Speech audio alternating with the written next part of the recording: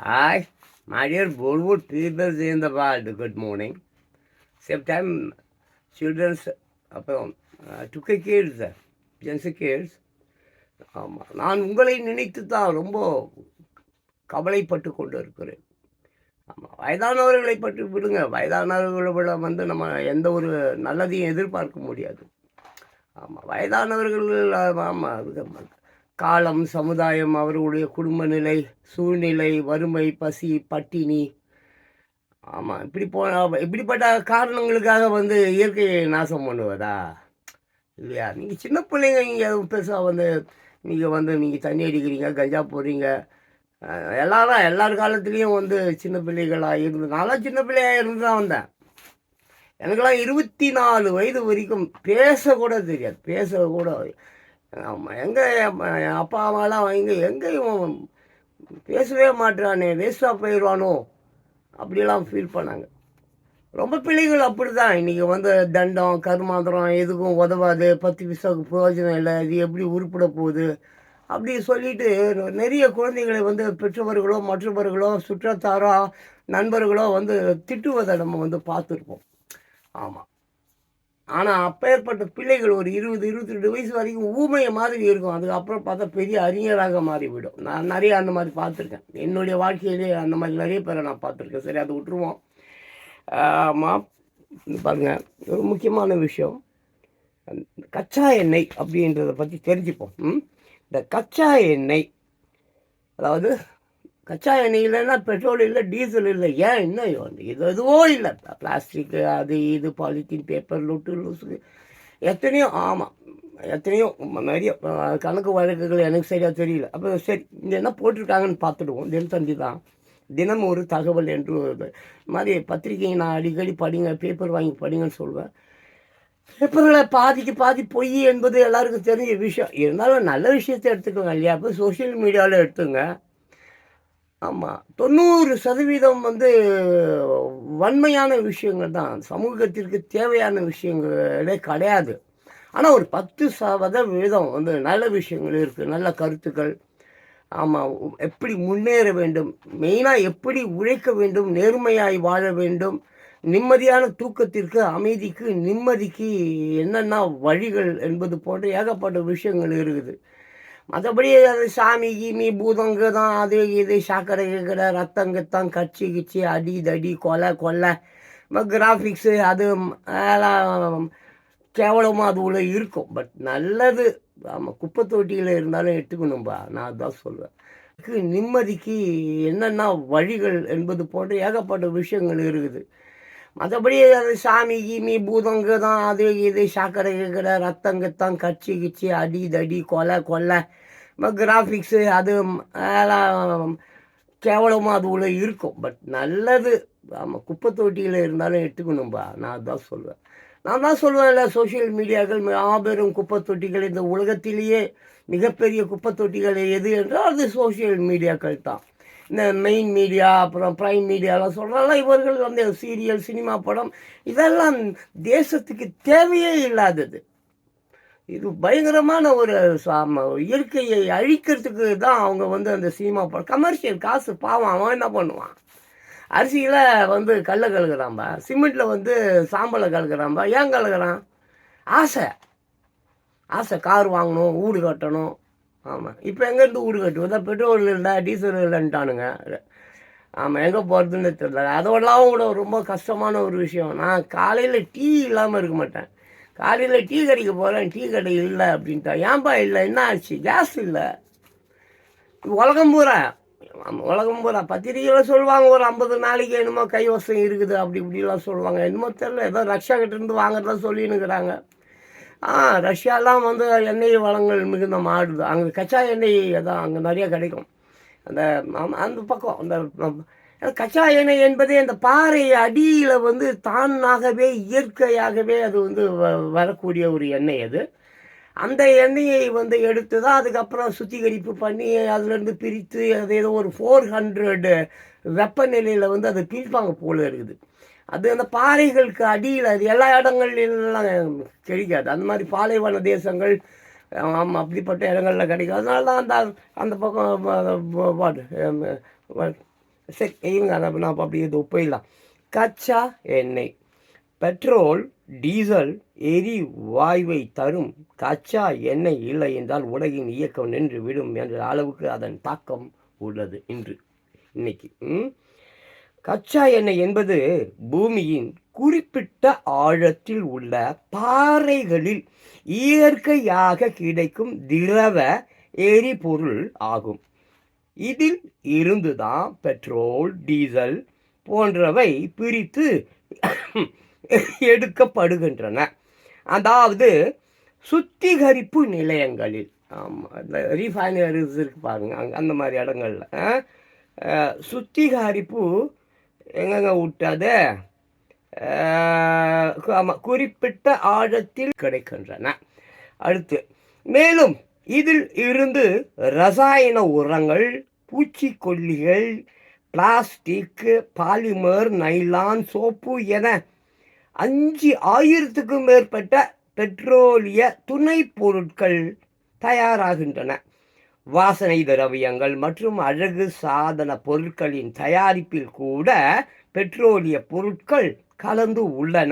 உலகின் பல்வேறு தொழில்கள் கச்சா எண்ணெயை நம்பி இருக்கின்றன என்பது மறுக்க முடியாத உண்மை. வெனிசுலா, ரஷ்யா போன்ற நாடுகளில் கச்சா எண்ணெய் வளம் அதிகம் உள்ளது. இதேபோல் மத்திய கிழக்கு வளைகுடா நாடுகளிலும் கச்சா எண்ணெய் வளம் அதிகமாக உள்ளது. ஈரான் நாட்டில் முதல் வணிக எண்ணெய் கிணறு கண்டுபிடிக்கப்பட்டது.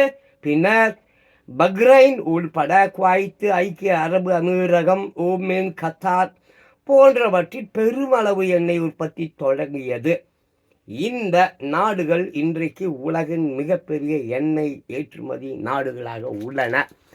எஸ், இது சரித்திரம். என்றால் இன்று நிலை, இன்னைக்கு தேதி என்னங்க, 12/3/2026. யோசிச்சு பாருங்க, உலகம் பூரா கச்சை எண்ணெய் இல்லாமல் தவிக்கிறது.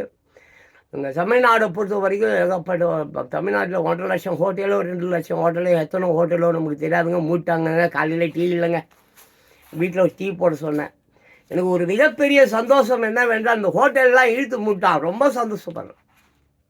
To be frank with you, to be frank with you peoples, I'm happy. I'm so happy. ஏன் அப்படின்னாக்கா, பொம்பளைங்க இனிமேல் வீட்டில் சோறாக்க ஆரம்பிச்சிருவாங்க. ஒன்றும் இல்லை, கேஸ் அடுப்பெல்லாம் இல்லை, மயில் அடுப்புலாம் இல்லைப்பா. அவங்களுக்கு சோறு வேணும்னா ஹோட்டலில் இருந்தது, வாங்கி துண்ணாங்க. ஏதோ ஒரு கருமத்தை அவனும் கொடுத்தான், துண்ணும், உடம்பு நாசமாக போயிடுச்சு. கொரோனா வந்தது பார்த்தீங்களா, கொரோனா அப்போ எப்படி பொல்யூஷன்ஸ் எல்லாம் அப்படி இருக்கும். நான் கூட ஒரு வீடியோ அப்போ போட்டிருந்தேன், நான் தான் கொரோனா.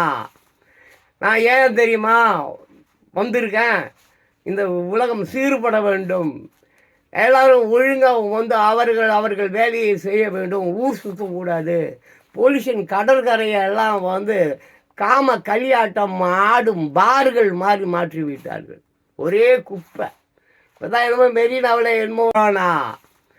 நான் ஏன் தெரியுமா வந்திருக்கேன், இந்த உலகம் சீர்பட வேண்டும், எல்லாரும் ஒழுங்காக அவர்கள் வேலையை செய்ய வேண்டும், ஊர் சுற்றக்கூடாது, பொல்யூஷன் கடற்கரையெல்லாம் காம களியாட்டம் ஆடும் பார்கள் மாற்றி விட்டார்கள், ஒரே குப்பை.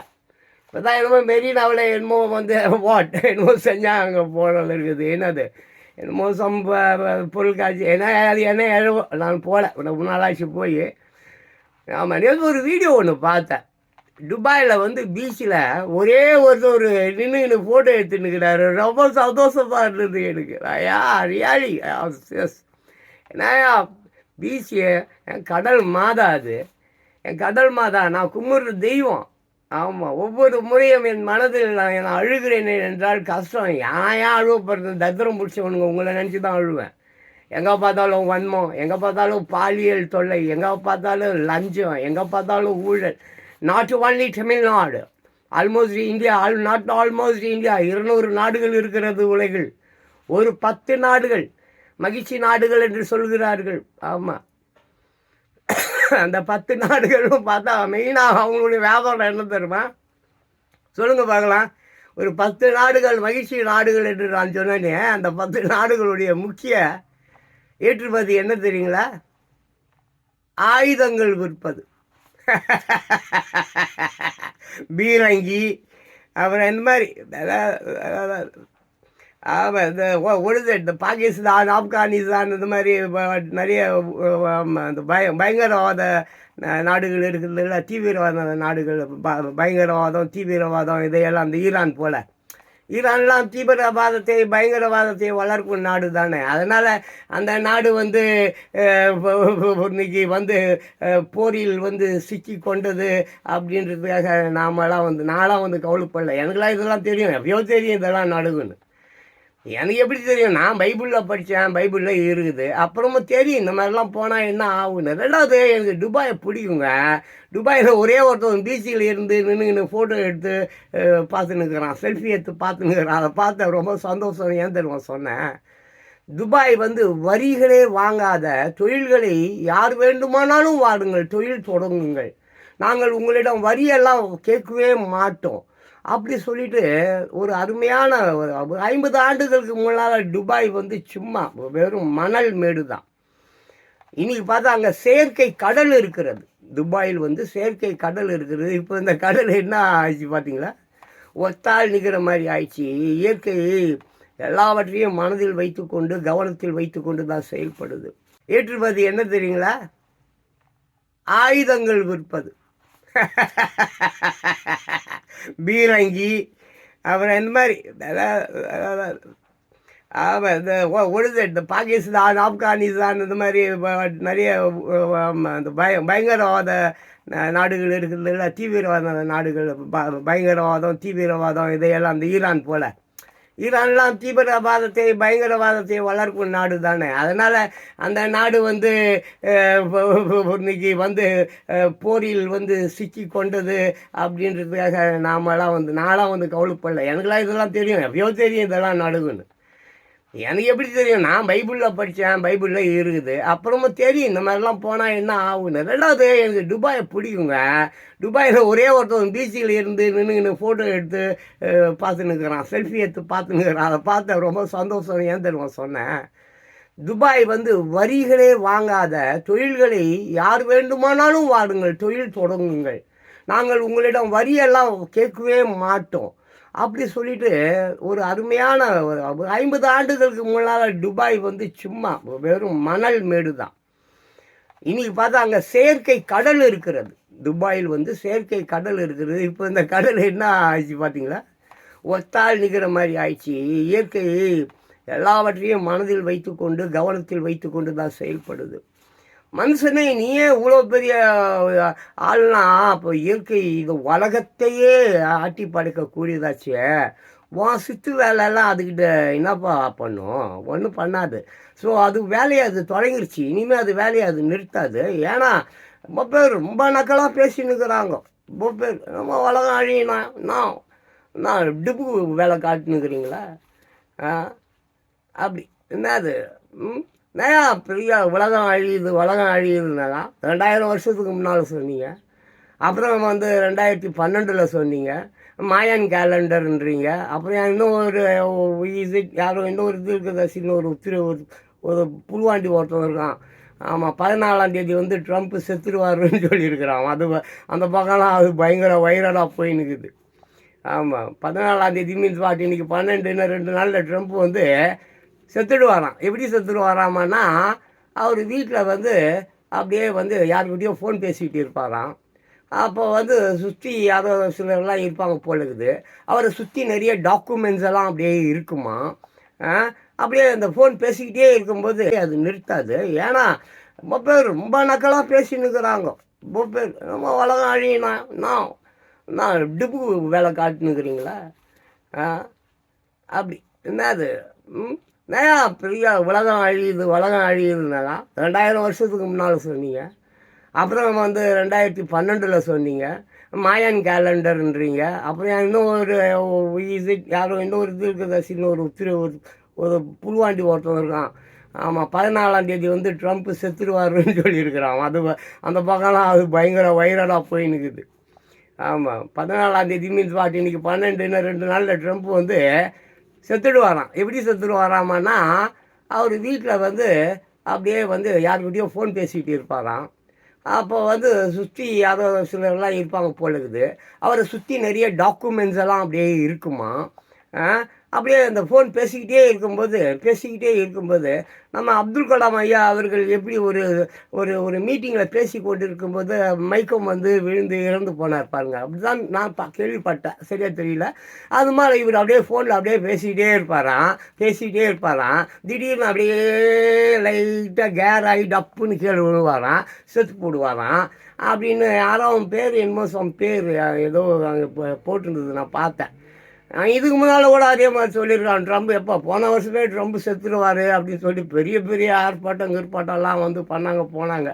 இந்த மாதிரி இப்போ அமெரிக்கா நிறைய இடங்கள்ல இது இப்போ நான் சொன்ன பாருங்கள், அமெரிக்கா 14ஆம் தேதி செத்து போடுவார் அப்படின்னு சொன்னால் அந்த வீடியோ ஃபோட்டோவோ ஏதோ சம்திங் வைரல் அப்படி இப்படின்லாம் சொல்கிறானுங்க. நமக்கு சரியாக தெரியல. ஆனால் நான் பார்த்தேன் அவன் அந்த மாதிரி போட்டு வச்சுருக்கான். பட்டு அங்கே அமெரிக்கா தரப்பில் ட்ரம்ப் தரப்பில் வந்து அது ஒரு ஃபேக் செய்தி, அது வந்து ஒரு பொய்யான செய்தி.